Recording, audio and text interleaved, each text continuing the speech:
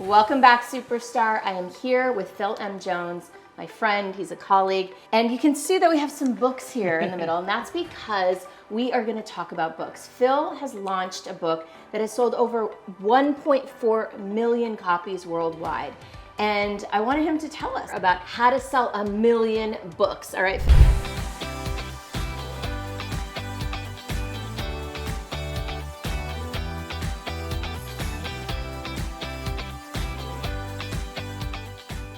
All right, Phil, you left us on number 5. Let's hop into number 6. So sixth point on being able to make your book run forever is to decide where you want to be in the decision-making mind of the reader or the purchaser. And that is to not try to be the entree. What you want to be is you want to be the side dish. You want to be the thing that somebody else can use to make their train set run faster, not a new train set. Got it. So what I mean by that is that if your book is going to be inserted into a organization, it can't steal from what's already successful within that organization. Okay. It can't conflict of what's happening inside that organization to too much of a degree because you're looking for it to have too much attention.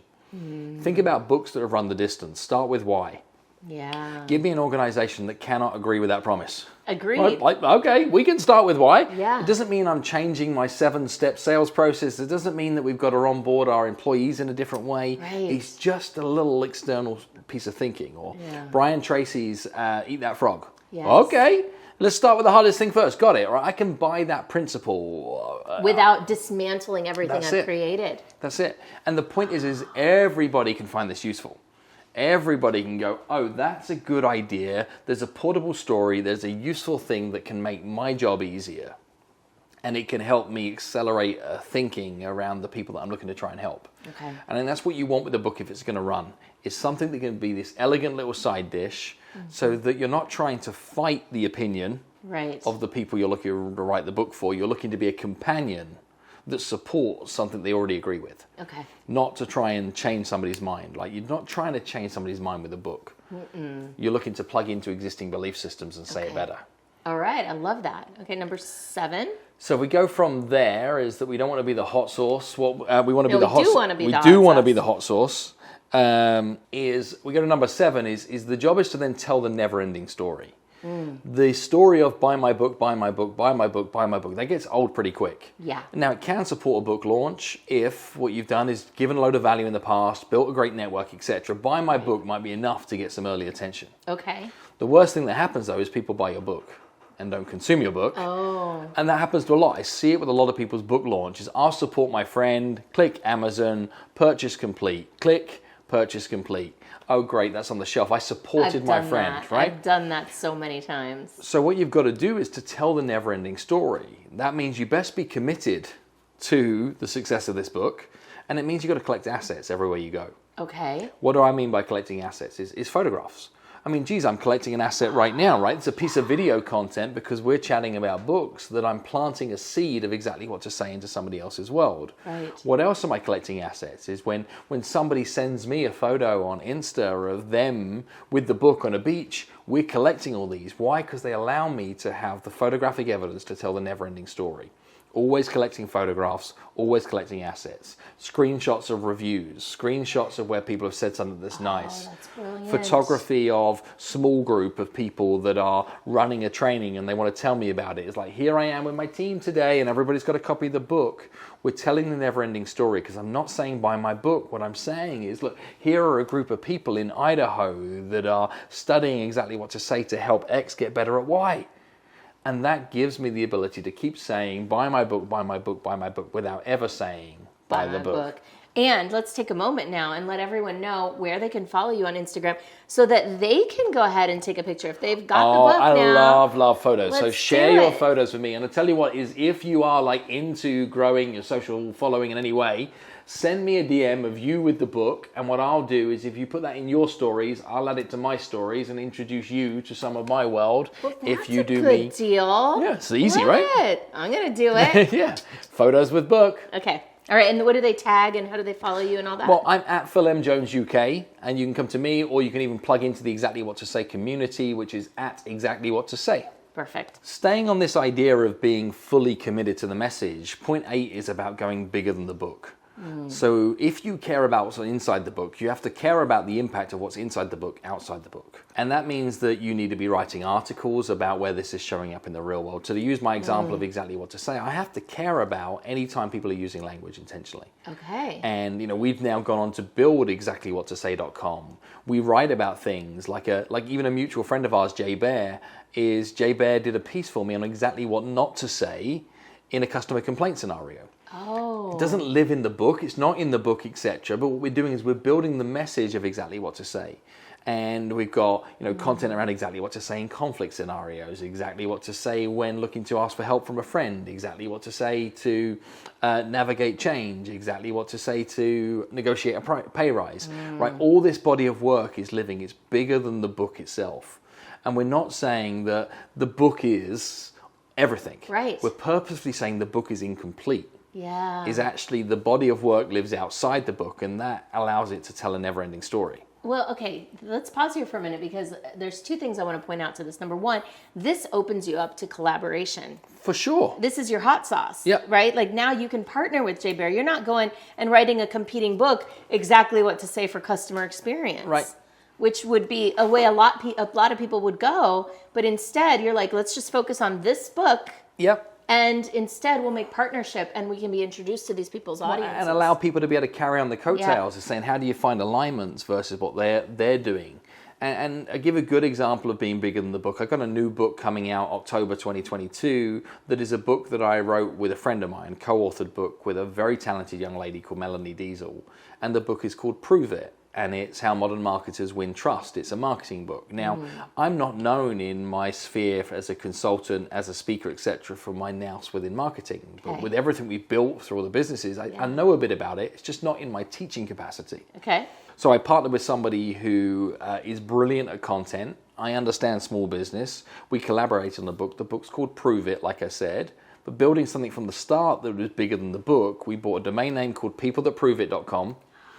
And all that we're looking to be able to do is to document case study after case study after case study after case study on repeat of people that are actually living, breathing examples of the methodology that lives in the book. Okay. Stops you needing to market the book, ever, because all we do is market people that prove it. Beautiful. We market people that prove it. And then we tie it back to the lesson that then they either learned in the book or that they are a poster child of something that lives in the book. And there are so many ways that you can go bigger than the book, right? Like we turned it into a children's book. That's right. And the children's book here is an example of going bigger again, right? How do I reach a wider audience? Well, I take the same message, repackage it for a different audience.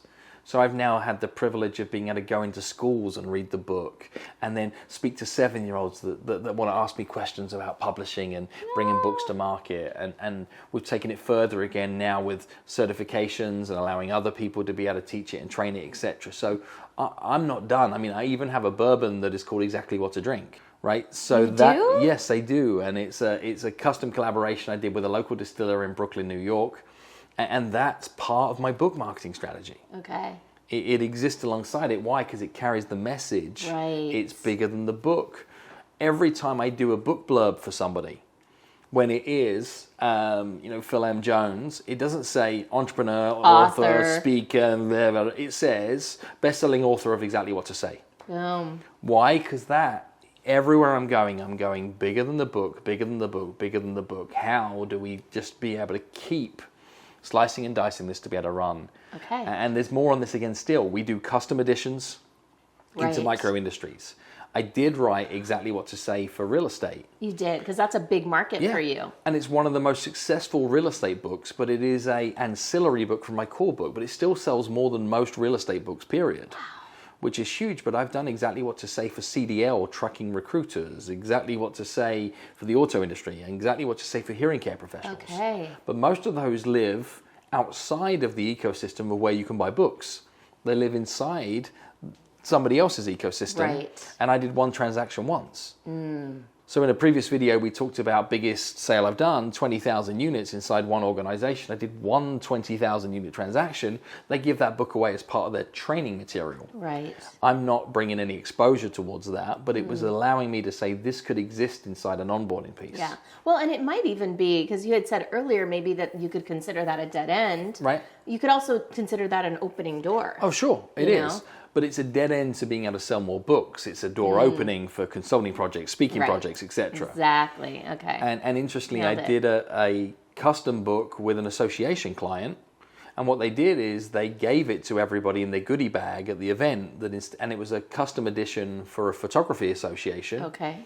And now what happens is a lot of photographers take photographs of the book. So all of these points all lead in together, but you've got to be thinking bigger than the book. Okay. And keep looking to be able to bring life into Was this. that number 9? That was 8. So we got 2 more to go, and I'm okay. going to be tight on these. I think point 9 is just further reassurance of what I was saying, which is keep going. Yeah. Is keep going, keep going, keep going. Doesn't matter how much you think you've done on this, there's always more to be able to do. Is to look at saying, what's happening next? How do I then keep breathing new life into this message? How do I get it to new audiences? How do I approach it in different ways? We done 1.4 million. I'm going to do 10 million units of this book in some way, shape or form. And it's this commitment to say, I'm not writing a new book. I'm pretty happy that if on my tombstone it reads like loving husband, proud father, author of exactly what to say. Wow. Right, I'm crystal clear on that. That is commitment to that message. Yep. And if you think of it even like Rick Astley's not trying to write a new album and expecting to be seen as a musician outside of what he did with Never Gonna Give You Up, right? And I think both the person and that song title is relevant towards what I'm thinking about here. He's Keep super going. popular still, man. Right, but for one song. One song. And you kind of look like him. Oh, geez, I don't know if that's a good thing. Have you never heard that before? No.